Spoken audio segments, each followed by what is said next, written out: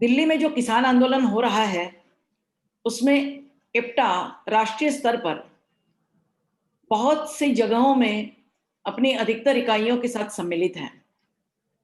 तो हमारी कोशिश है कि हमारी जितनी भी राज्य इकाइयां अ, दिल्ली गई हुई थीं, उनके अनुभवों को हम सबके साथ साझा करना चाह रहे हैं।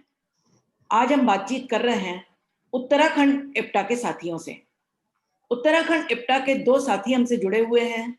ऋषिकेश इप्टा के अध्यक्ष धर्मानंद लखेरा जी और उत्तराखंड इप्टा के मसूरी के साथी अ, जो महासचिव भी हैं उत्तराखंड इप्टा के सतीश कुमार जी, ये दोनों साथी हमसे जुड़े हुए हैं। सबसे पहले तो मैं सतीश जी आपसे जानना चाहूंगी कि आप लोग जब जी, वहां गए तो आप लोगों ने जिसको फर्स्ट इंप्रेशन कहते हैं, उसमें क्या आप लोगों ने देखा? जिस समय हमें पता लगा, राकेश जी ने हमें व्हाट्सएप पे बोला कि हमने नववर्ष जो है सिंधु बॉर्डर किसानों के साथ में मनाना है। तो बहुत बड़ी प्रसन्नता हुई और मैंने अपने इप्टा उत्तराखंड के साथियों को वो व्हाट्सएप भेजा और उनसे बोला कि भाई हम लोगों ने वहाँ पर जाना है। जब से ये किसान आंदोलन शुरू हुआ, तब से हम लोग मसूरी में और अन्य जगहों पर प्रदर्शन कर रहे हैं, अपने जनगीतों के माध्यम से भी और किसानों को और आम जनता को इससे जोड़ने के लिए प्रेरित कर रहे हैं।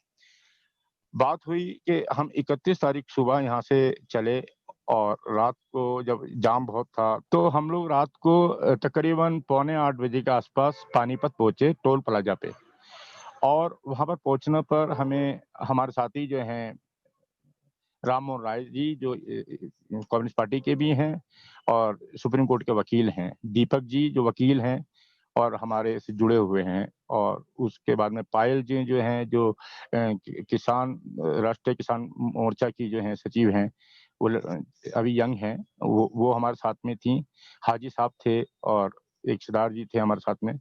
उन लोगों ने हमारा स्वागत किया, हमने चाय पी और चाय पीने के बाद में वहाँ पर बहुत किसान जो थे, वो इकट्ठा थे। तो हमने अपनी ढपली निकाली और ढपली निकालने के बाद में हमारा पहला जो मैंने वहाँ पर गीत प्रस्तुत किया, तो क्योंकि मैं कलमकार भी हूँ, मैं पत्रकार हूँ, इसलिए मैंने अपने से ही उस चीज़ पे उँगली उठानी शुरू की और मैंने वो गीत अपना लिखा हुआ गाया, आज देश में क्या-क्या बिकता सुन लो तुम हमसे लोगो, कल में बिकती वर्दी बिकती काले चोंगे बिकते। अबलाओं की इज्जत बिकती चंद चांदी के सिक्कों में, दौलत के बाजारों में इंसान का लहू यहाँ बिकता है। आज देश में क्या-क्या बिकता, सुन लो तुम हमसे लोगों। ओहदे बिकते, कुर्सी बिकती, इंसान का ज़हन बिकता है। मंदिर, मस्जिद, गुरुद्वारों में खुद भगवान भी बिकता है। एक कोने में एक कोने में अंबानी बैठा, एक कोने में अडानी है। एक कोने में अंबानी बैठा, एक कोने में अडानी है और इन चोरों के हाथों बिकते भगवाधारी नेता हैं। आज देश में क्या-क्या बिकता सुन लो तुम हमसे लोग। हमारा ये गीत हुआ, वहाँ पर इनकलाब जिंदाबाद के नारे लगे, किसान एकता जिंदाबाद के नारे लगे, मजदूर, छात्र, नौजवान, किसान एक हो। हम लोगों ने वहाँ पर तकरीबन 2 घंटे का कार्यक्रम किया और फिर राम मोहन राय जी के यहाँ हम लोग रुके रात को। सुबह ही हमारा प्रोग्राम था सिंधु बॉर्डर जाने के लिए। हम लोग सिंधु बॉर्डर के लिए तैयार हुए। हमारे जो पानीपत के साथी थे, एक गाड़ी उनकी, एक गाड़ी हमारी, हम लोग निकल पड़े। जब हम सिंधु बॉर्डर के पास में पहुँचे तो बहुत ज़्यादा रश था। फिर जो था कि हम 5 किलोमीटर जो मंच था उससे पीछे गाड़ी खड़ी करेंगे। हमने ये मन बनाया है कि हम लोग जनता के बीच में आए हुए हैं। वहाँ पर हमारे राष्ट्रीय महामंत्री भी पहुँच गए, हमारी इप्टा की इकाइयाँ पहुँच गई हैं। वो लोग कर रहे होंगे अभी कार्यक्रम। तो हम लोग क्यों नहीं जो है हम 12 किलोमीटर पीछे रुक गए और हमने इप्टा का झंडा और लाल झंडा हमने साथ में लिया और हमारे अन्य साथी हम लोग जो थे भीड़ के अंदर चले गए और भीड़ के अंदर पहुँचने के बाद में मैंने ढपली बजाई और ढपली बजा के जैसे हम लोग नुक्कड़ नाटक दिखाते हैं, इस तरीके से जब ढपली बजने लगी, तो लोग इकट्ठा होने लगे। तो वहाँ पर हमने एक गीत गाया, दो सही का साथ दुनिया देख ले, जुल्म को दो मात दुनिया देख ले। इस अंधेरे में कहीं पर रोशनी दिखती तो है, इस घनी चुप्पी में एक आवाज़ उठती तो है। रोशनी की चेतना को थाम लो मुट्ठी में तुम, बोलने से हर गलत की नींव तक हिलती तो है। चहचहाते पंछियों से बाग को छीना गया, चहचहाते पंछियों से बाग को छीना गया, इन हवाओं से मचलते राग को छीना गया, उन घरों के हाथ में जलती मशालें आ गईं, उन घरों के हाथ में जलती मसाले आ गईं, जिन घरों से रोटियों की आग को छीना गया। अब उठाओ हाथ दुनिया देख ले, आग की बरसात दुनिया देख ले, दो सही का साथ दुनिया देख ले, जुल्म को दो मात दुनिया देख ले। ये गीत गाते-गाते हम लोग जो थे चल चल पड़े और लगभग हमने पूरे 12 किलोमीटर तक हम हमारे साथ में 5-10 हज़ार आदमी हमारे पीछे था। पार्टी का झंडा था, इप्टा का झंडा था और मैं अपने अनुभव की बात बताना चाहूँगा आप लोगों को कि हमने उत्तराखंड आंदोलन भी देखा, कई किलोमीटर की यात्राएँ भी की, लेकिन जिस तरीके से एक सांस्कृतिक जन आंदोलन कहूँगा मैं इसको, किसानों का जो आंदोलन है वो सांस्कृतिक जन आंदोलन है। बड़े निष्ठावान तरीके से बड़े अनुशासन के तरीके से किसान वहाँ पर बैठे हुए हैं और हम लोग गीत गाते हुए, जनगीत गाते हुए स्टेज की तरफ जा रहे थे। रास्ते में चढ़ती कला के एक संवाददाता थे, तो उन्होंने हमारी भाषा में कहते हैं वो वन टू वन करना चाह रहे थे, वन टू वन वहाँ पर हुआ और उन्होंने मेरे से सवाल पूछा कि भाई ये जो किसान आंदोलन है, ये तो पंजाबियों का आंदोलन है। मैंने पंजाबियों का आंदोलन नहीं है, ये पूरे राष्ट्र के किसानों का आंदोलन है और हम एक नारा देते हैं, जैसे हमने नारा दिया है 1 मई के लिए कि दुनिया के मज़दूरों एक हो, उसी तरीके से हमने वहाँ पर नारा दिया, दुनिया के किसानों एक हो। तो मैंने वहाँ पर ये बात बोली और ये बात रखी वहाँ पर कि भाई किसान जो है अन्नदाता है। और मैंने स्पष्ट रूप से वहाँ पर ये बात बोली कि मोदी जी को जो हमारे माननीय प्रधानमंत्री जी हैं, उन्हें रोटी खाना छोड़ देना चाहिए, दाल खाना छोड़ देना चाहिए, क्योंकि ये अन्नदाता उगा रहा है, वो किसान उगा रहा है। जब किसान तो 12 महीने परेशानियों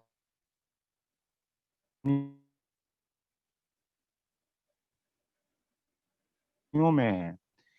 जब बरसात होती है, उसकी खड़ी फसल होती है, नष्ट हो जाती है, उसके बाद में भी उसको तय कर रहा है, यही मज़दूरों का हाल भी है। माननीय मोदी जी जो हैं वो रोटी खाना छोड़ दें और जो अडानी और अंबानी जो उन्हें पैसे दे रहा है, वो नोट खाएँ। तब उन्हें पता लगेगा कि हाँ, एक किसान का दर्द क्या होता है। तो ये हम लोग करते-करते करीबन हमें 2 से ढाई घंटे हमें लगे वहाँ पर पहुँचने में। अपने स स्टेज पर। फिर वहाँ पर हमारे साथी विनोद जी, जो दिल्ली इप्टा के सेक्रेटरी भी हैं, उनसे मेरी मुलाकात हुई और विनोद जी को हमने बताया कि हम यहाँ पर पहुँच चुके हैं। और जब हम स्टेज पे जाने के लिए तैयार हो रहे थे, तो उस समय हमारे राष्ट्रीय महामंत्री राकेश जी का ओजस्वी जो भाषण चल रहा था, शमशीरों के बीच से निकल कर जो बात उन्होंने कही, उसको मैंने लाइव भी किया। और उसमें हमारा जोश जो था और बढ़ गया और उसके तुरंत बाद हमें जो है स्टेज से बुलाया गया और मैंने अपने साथियों से स्टेज पे चढ़ने से पहले ये बात बोली कि देखो साथियों, हम लोगों ने यहाँ पर जो है इप्टा के बैनर के तले आए हैं, हम कोई अपना चेहरा चमकाने के लिए नहीं आए हैं। हम यहाँ पर से आंदोलन को किस तरीके से चलाना चाहिए, किस तरीके से होना चाहिए आंदोलन को, ये बात सीखने के लिए आए हैं हम लोग आंदोलन। हम समर्थन तो दे रहे हैं, लेकिन हम किसानों से सीखना चाहते हैं कि आंदोलन किस तरीके से होना चाहिए। जब हम स्टेज से पहुँचे मैंने 1 मिनट लिया होगा क्योंकि वो बहुत से कलाकार हमारे साथी और भी आने वाले थे स्टेज के ऊपर। और ख़ासकर मैं विनोद जी की बात करूँगा कि उन्होंने जिस तरीके से हमारे गीत को शूट किया है, वो बहुत अच्छी तरीके से शूट किया। मैं अपने उत्तराखंड इप्टा की ओर से, मसूरी इप्टा की ओर से उन्हें बधाई देना चाहता हूँ। वो युवा हैं और टेक्नोलॉजी में हम लोग कम हैं कि हमारी उम्र भी हो रही है, हमारे ज़माने में तो ये कंप्यूटर वग़ैरह नहीं थे। तो हमने वहाँ पर जाकर पहले हमारे साथियों ने बोला कि जी हम ये गीत दे दें, वो गीत दे दें। मैंने कहा देखो यहाँ का माहौल दूसरा है, हम लोग जो है इनकलाब से शुरू करेंगे और सबसे बड़ी बात मेरे दिल की जो मैं गहराइयों से उनको नमन करता हूँ, दीपू भाई को और रवि नागर को, जो मेरे गुरु भी रहे। तो मैंने कहा इस जगह पर रवि नागर साहब ने जो गीत गाया, अगर हम उसे गाने में कामयाब हुए तो उनकी हाज़िरी भी किसान आंदोलन में लग सकती है और लगाई हमने। तो फिर हमने वहाँ पर गीत गाया नफस नफस कदम कदम बस एक फ़िक्र दम बदम, घिरे हैं हम सवाल से हमें जवाब चाहिए। जवाब उधर सवाल है कि इनकलाब चाहिए, इनकलाब ज़िंदाबाद, ज़िंदाबाद इनकलाब। वो वहाँ का नज़ारा देखा जब लोगों के हमें अच्छे कमेंट्स मिले और हमारे साथ में लोगों ने गीत गाया, तो ये मेरे लिए एक बहुत मेरी आत्मा को संतुष्ट करने वाला एक अनुभव रहा मेरे लिए। हमने पूरे इंडिया के अंदर गीत गाए हैं, आंदोलनों में भी गए हैं, लेकिन ये आंदोलन, ये किसान आंदोलन जो है, मेरी नज़रों में एक बहुत बड़ा आंदोलन है, एक बहुत बड़ा जन आंदोलन है और इस आंदोलन को कंटिन्यूटी में होना चाहिए क्योंकि कल जो है सुप्रीम कोर्ट भी इस पे कुछ अपना फैसला सुनाने के उसमें है और उसके बाद में 9वीं वार्ता हमारे किसानों की जो वार्ता सरकार के साथ में हुई वो फेल ही हो गई है और मुझे ये लगता नहीं है कि ये सरकार जो है किसी तरीके से किसानों के इस बात को के आगे झुकेगी। लेकिन ये आंदोलन लंबा है और इस लड़ाई को लंबा लड़ने के लिए मैं यही बात कहना चाहूँगा कि लड़ना है भाई, ये तो लंबी लड़ाई है, जीतने के वास्ते मशाल तो उठाइए। आपने बहुत विस्तार के साथ अपने अनुभवों को साझा किया कि किस जज़्बे के साथ इनकलाबी गीत गाते हुए आप लोग किसानों के बीच पहुँचे जी, और साथ ही साथ हमारे इप्टा के वरिष्ठ साथी रवि नागर और दीपू जी, भाई को भी आपने याद किया, ये बहुत बड़ी बात है और उन्हें उन्हें भी सलाम। अ, अब धर्मानंद जी के भी अनुभव हम सुन लें। धर्मानंद जी, आप ऋषिकेश से निकले, तो आप सतीश भाई के साथ कैसे जुड़े और आप लोग कितने साथी उत्तराखंड से गए थे?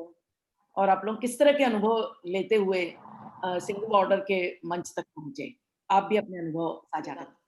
हमारे वरिष्ठ साथी बीडी पांडे जी और मनोज शर्मा जी, हम लोग यहाँ से निकले और साथी सतीश को लेते हुए हम लोग जो है पानीपत पहुंचे। पानीपत हमारा पहले से कार्यक्रम तय था। वहां पर एक समाज सेवी, सामाजिक कार्यकर्ता और सुप्रीम कोर्ट के वकील हैं राम मोहन राय जी, उनका आग्रह था कि वो यहाँ पर अवश्य पहुंचे और हम लोग जब वहां पानीपत में पहुंचे तो उन्होंने हमें बताया कि ओवरब्रिज के पास जहां पर कि लंगर चल रहा है पंजाब से आने वाले साथियों के लिए, तो उस लंगर की जो व्यवस्था देख रहे हाजी साहब और सरदार राजेंद्र सिंह जी उसकी व्यवस्था देख रहे थे और हम वहां पहुंचे तो राम मोहन राय जी और दीपक साथी दीपक वहां पे हमारे प्रतीक्षा में थे। उन्होंने हमारा स्वागत किया और वहां पे हमने जनगीत भी गाए। उसके बाद हम लोग वहां से चले। इससे पहले मैं बता दूं कि ये जब से ये आंदोलन शुरू हुआ तो ऋषिकेश में किसान सभा द्वारा एसडीएम को तीनों काले कानून वापस लेने के लिए ज्ञापन देने का प्रोग्राम बना, तो उसमें हमारे इप्टा के साथी बीडी पांडे जी और मैं, हम लोग गए उसमें और हमने वो दिया और उसके बाद एक कई सर्वदलीय कार्यकर्ताओं की ओर से एक पुतला दहन का कार्यक्रम हरिद्वार ऋषिकेश मार्ग में श्यामपुर एक जगह है बाजार, वहां पुतला दहन का कार्यक्रम हुआ, उसमें भी हमने भागीदारी की और एक दिन का उपवास भी हमने रखा और देहरादून में तो कार्यक्रम चल ही रहे हैं, उसमें भी हम लोगों ने भागीदारी करी है। और इस प्रकार से फिर मैं आगे की बात बताऊं तो हम लोग पानीपत में जब पहुंचे तो वहां से फिर वो साथी हमारे साथ राम मोहन राय जी, दीपक और वो पायल और 4-5 आदमी भी हमारे साथ पहुंचे और आगे का वृत्तांत जो है उन्होंने सतीश जी ने आपको बता ही दिया। मैं खास बात ये बताऊंगा कि जब हम मंच पे, मैंने उत्तराखंड आंदोलन में भी सक्रिय भागीदारी की है और जनगीतों के माध्यम से हमने बहुत सारे कार्यक्रम किए हैं। खास करके बल्ली सिंह चीमा का जो गीत है, ले मसाले चल पड़े हैं लोग मेरे गांव के, ये तो उत्तराखंड के गांव गांव में गाया गया और ये बहुत ही जनप्रिय गीत हुआ है। तो इस प्रकार से हम गीत गाते हुए पब्लिक के बीच से वहां पे जो सिंघू बॉर्डर के पास काफी दूर पैदल हम लोग चले और हम वहां पे पहुंचे जहाँ पे कार्यक्रम स्थल था। तो कार्यक्रम स्थल का विवरण उन्होंने बता ही दिया सतीश जी ने। मैं खास बात ये कहूंगा कि मैंने जब मंच पे चढ़े और हमने जो जनगीत गाया तो लोगों ने हाथ हिला हिला कर उसका जो है अभिवादन किया और हमारे सुर में सुर मिलाया उन्होंने और हमारे साथ वो गाते रहे, है जी। नफस नफस कदम कदम बस एक फिक्र दम बदम, घिरे हैं हम सवाल से हमें जवाब चाहिए, सवाल दर जवाब है कि इनकलाब चाहिए, इनकलाब जिंदाबाद, इनकलाब जिंदाबाद। इस गीत को बहुत ही अच्छा रिस्पॉन्स दिया पब्लिक ने। लेकिन जब हम ये गीत गा करके नीचे उतरे, पब्लिक के बीच में आए, हम लंगर की तरफ जा रहे थे, तो बहुत से लोगों ने हमें जो है शुक्रिया अदा किया कि आपने बहुत बढ़िया गीत गाया। कई लोगों ने हमारे साथ फोटो भी खिंचवाई ये जो है मेरे लिए एक विशेष अनुभव रहा, बहुत ही अच्छा अनुभव रहा कि इतना रिस्पॉन्स लोगों ने देखा। और मैंने ऐसा आंदोलन, उत्तराखंड आंदोलन में तो मैंने सक्रिय भाग लिया ही है, लेकिन ऐसा आंदोलन मैंने जीवन में पहली बार देखा कि जहाँ इतनी भीड़ जो है नियंत्रित होकर के जो है वो अपना आंदोलन को सहयोग कर रहे थे। आप लोगों की किसान आंदोलनकारियों के साथ कोई बातचीत हुई वहां?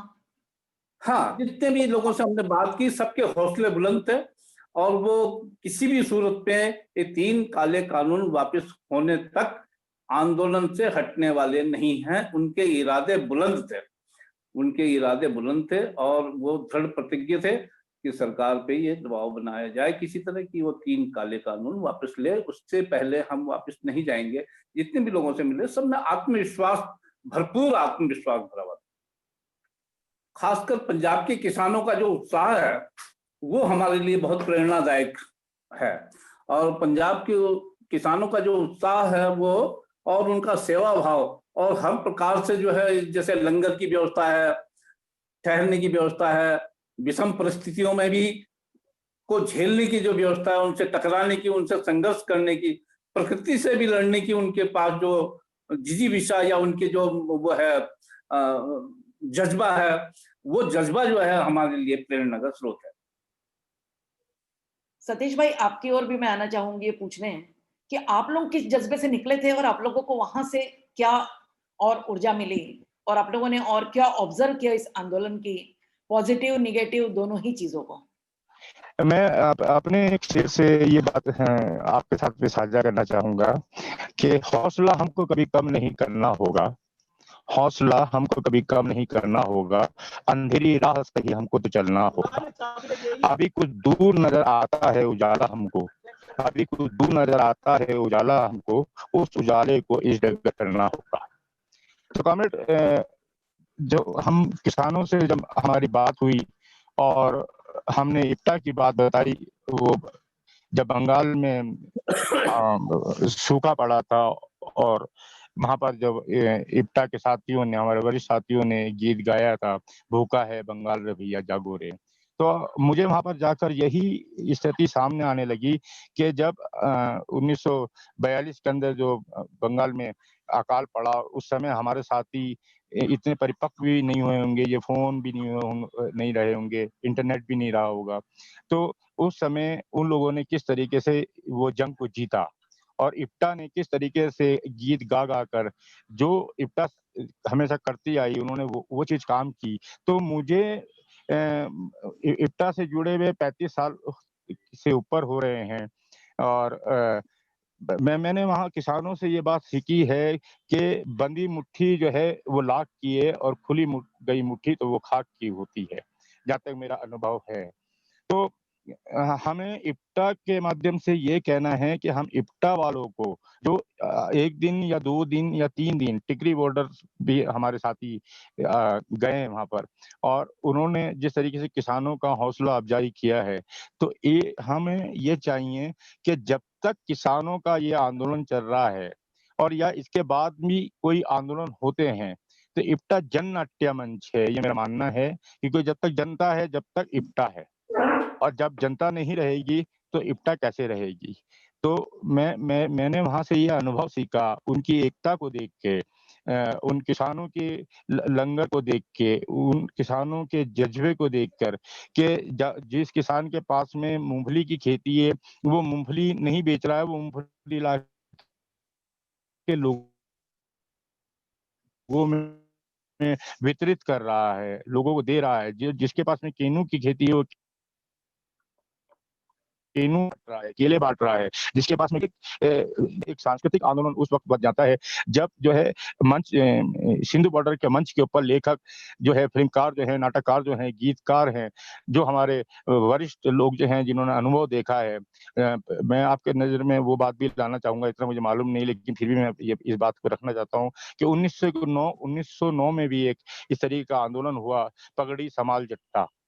तो ये बातें भी इस आंदोलन में रखने की आवश्यकता है और इस आंदोलन को रखने के लिए हमने लोगों से इस तरीके की बातें भी की। और किसान को मैं सलाम करता हूँ, किसान एकता को सलाम करता हूँ और इप्टा के तमाम जो लोग वहाँ पहुँचे, जो लोग नहीं पहुँचे और अब पहुँचेंगे भी, हमने भी बनाया है कि हम लोग भी पहुँचेंगे वहाँ पर फिर से आप लोगों से इजाज़त लेकर, आप लोगों से आपके संज्ञान में लाकर। तो मुझे एक बहुत बड़ी बात याद आई कि जिस तरीके से इसमें यूथ जुड़ रहा है, युवा जुड़ रहा है, तो वो बहुत बड़ी ताकत जुड़ रही है। मैं ये बात करना चाहता हूँ इप्टा के उत्तराखंड की ओर से भी, इप्टा मसूरी की ओर से कि हम लोग जो हैं इस आंदोलन में सक्रिय रूप से भागीदारी निभाते रहें। हम 1 या 2 दिन तक नहीं निभाएँ। हमारी जहाँ-जहाँ इकाइयाँ हैं, मैं उन सभी लोगों से और ये उत्तराखंड इप्टा के सभी साथियों से और नेशनल इप्टा के भी साथियों से, क्योंकि नेशनल इप्टा तो हमारा मार्गदर्शन कर रही है। राकेश जी, उषा अटले जी, सारिका जी हो गई हैं। इधर से जो युवा साथी हमारे विनोद हैं, वर्षा है, तो हम लोग भी चाहेंगे कि हम लोग कंटिन्यूटी अगर हम 2 दिन के बाद में सड़क पे 2 आदमी भी एक गीत गाते हैं, तो वो लोगों के पास में एक संदेश पहुँचाने की बहुत बड़ी बात हो जाती है। ये नहीं है कि हम 40-50 आदमी इकट्ठा हो जाएँ और हम लोग एक गीत गाएँ। अगर हम 2 आदमी भी तो 2 आदमी भी अपनी बात रख सकते हैं, क्योंकि हमें भगत सिंह को याद करना चाहिए, कि वो अकेला लड़का जो है वो क्रांति लेकर आया और उस क्रांति में जिस तरीके से यदि मेरा मानना ये है, यदि भगत सिंह, सुखदेव, राजगुरु, चंद्रशेखर आज़ाद और जितने भी लोग थे, खुदीराम बोस जैसे लोग युवा नहीं जुड़ते, तो शायद आज हम अंग्रेजों के गुलाम ही होते। लेकिन इसमें इप्टा में भी युवाओं को बहुत जल्द ज़्यादा आगे आने की आवश्यकता है, जिससे कि ये इप्टा जैसे 75 साल हमने पूरे किए हैं, उस तरीके से चलती रहे। मेरी तो यही शुभकामनाएँ हैं और हम जब तक ज़िंदा हैं, इप्टा में हैं, हम वामपंथी विचारधारा के लोग हैं। मैं जब वहाँ से वापस आया, तो मुझे कई फेसबुक पे और इस पे व्हाट्सएप पे कुछ धमकियाँ भी मिली और क्योंकि हमारा परसों 12 तारीख को भी यहाँ पर शहीद स्थल पर एक बहुत बड़ा कार्यक्रम हमने रखा हुआ है यहाँ पर और उसमें भी हम लोग देंगे। तो मैंने एक गीत और जो है वो साझा किया था, मैंने आपको बताया नहीं। मेरा एक गीत लिखा है कि भगवा चोला धारण करके भेड़िए वतन में आए हैं। तुम बचना इनसे वतन वालों, ये अपने नहीं बेगाने हैं। ये माँ बहनों को ना जाने, ये रिश्ते नाते ना पहचाने। इनको तो हवस है कुर्सी के सिवा ये क्या जाने। तो हम लोग ऐसे गीत लिख रहे हैं, हम लोग ऐसे गीत गा रहे हैं और आज इन गीतों की आवश्यकता भी है जिससे कि जनता जागरूक हो, क्योंकि ये आंदोलन तो चलता ही रहेगा, लेकिन हमें आने वाले 22 को भी देखना है, आने वाले 24 को भी देखना है कि हम हमारी इप्टा की अगर पहल जो कि ए.के. हंगर साहब ने भी ये बात रखी और कैफी साहब ने भी ये बात रखी है और अगर पीसी जोशी साहब की मैं बात करूँ जो हमारे जनरल सेक्रेटरी भी रहे हैं, तो उन्होंने भी ये बात रही है कि इप्टा का हस्तक्षेप जो है राजनीतिक क्षेत्र में भी थोड़ा बहुत होना ज़रूरी है। एक बड़ी खुशी की बात ये हुई है पानीपत के अंदर, अब मैं हमारी मुहिम तो काफ़ी दिनों से छिड़ी हुई थी पानीपत में नित्य नूतन वार्ता के साथ में। लॉकडाउन में हम लोग शामिल हुए थे। इप्टा की ने वहाँ पर प्रस्तुति भी दी है ज़ूम पर। तो सबसे बड़ी बात ये हुई है कि हमने वहाँ पर इप्टा की नींव रख दी है। अरे पानीपत वाह! के अंदर इप्टा की इकाई बहुत जल्दी बनेगी, वहाँ पर हम लोग जो हैं संयोजक मंडल बना के आ गए हैं और बहुत जल्दी आप लोगों का वहाँ पर आना होगा। ये बात हाँ, बताना भूल बहुत गया था मैं। बहुत बधाई, बहुत एक बधाई। बात और नई इकाई कहना चाह रहा था मैं। जी, मैं बीच में जरा-सा इंटरप्ट करना चाह रहा था कि हमें वहाँ जाके पता चला बोलिए, कि बोलिए। पानीपत जो है इप्टा के फाउंडर मेंबर ख्वाजा अहमद अब्बास जी की नगरी है अब्बास हाँ। और वो हमें इस बात की बड़ी खुशी हुई। तो क्यों ना हमने कहा ये पानीपत में ख्वाजा अहमद अब्बास जी के याद को जिंदा रखा जाए। वाह! ये आपने बहुत महत्वपूर्ण बात बताई, बड़ी जी। बात बताई और आप दोनों को बधाई कि आप लोगों ने किसान आंदोलन में एकजुटता दिखाने के लिए यात्रा के दौरान आप लोगों ने पानीपत में इप्टा की एक नई इकाई को भी शुरू करने में पहल की है। बहुत-बहुत सलाम आप दोनों को। राष्ट्रीय समिति की ओर से सतीश भाई और धर्मानंद भाई का बहुत-बहुत धन्यवाद कि आप इप्टा की ओर से उत्तराखंड इप्टा का प्रतिनिधित्व करते हुए दिल्ली में किसान आंदोलन को एकजुटता प्रदान करने के लिए पहुंचे और जिस तरह से आप लोग लगे हुए हैं अपने स्थानीय स्तर पर भी अलग-अलग कार्यक्रम करने में और 12 तारीख को भी अभी आपका एक कार्यक्रम है। तो आप सबको बहुत शुभकामनाएं और बहुत-बहुत जी। धन्यवाद।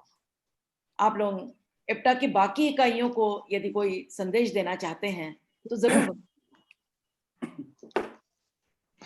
मैं अपनी तरफ से जितनी भी इप्टाएं वहां पहुंची थी, सबसे पहले तो मैं दलित रघुवंशी जी को लाल सलाम बोलना चाहता हूँ, रूपावली जी को लाल सलाम बोलना चाहता हूँ, और जितने साथी वहां पर पहुंचे उनके जज्बे को सलाम करना चाहता हूँ मैं। ये बात और होती है कि नागर साहब कैसे गाते थे, उनका मुझे एक बहुत बढ़िया याद आता है जब नागर साहब मसूरी में आए थे, ये राहुल संकृत्यान यात्रा में यहाँ पर पहुंचे थे, तो उनका एक गीत मुझे बहुत मेरे दिल में हमेशा बैठे रहते हैं वो, कि जरा धीरे धीरे गाड़ी यहाँ को मेरे राम गाड़ी वालों, गाड़ी मेरी रंग रंगीली पहिया है कमजोर, जरा धीरे धीरे गाड़ी हाँको मेरे राम गाड़ी वाले। तो मैं इसी गीत के जरिए अपनी तमाम इप्टा की इकाइयां जो हमारे देश के अंदर हैं उनसे ये निवेदन भी करना चाहूंगा, और क्योंकि हम लोग क्रांतिकारी लोग हैं और जनवादी सोच के लोग हैं, हम लोग हथियार से नहीं, हमारे गीत ही ऐसे हैं जो अणु बम और जो हद गोले होते हैं उनसे वो पैनी हमारे गीतों की आवाज है। मैं इस बात से अपनी बात को समाप्त करना चाहता हूँ कि जब हम खामोश होते हैं तो वो सहम जाते हैं, जब हम गुनगुनाते हैं तो वो डर जाते हैं, और जब हम ढपली की थाप पर अपने गीत को शुरू करते हैं तो वो भागने को तैयार हो जाते हैं। तो मैं अपनी बात को इसी चीज से समाप्त करना चाहूंगा। कामरेड, बहुत बहुत धन्यवाद और सलाम सतीश भाई और धर्मानंद भाई को। धन्यवाद।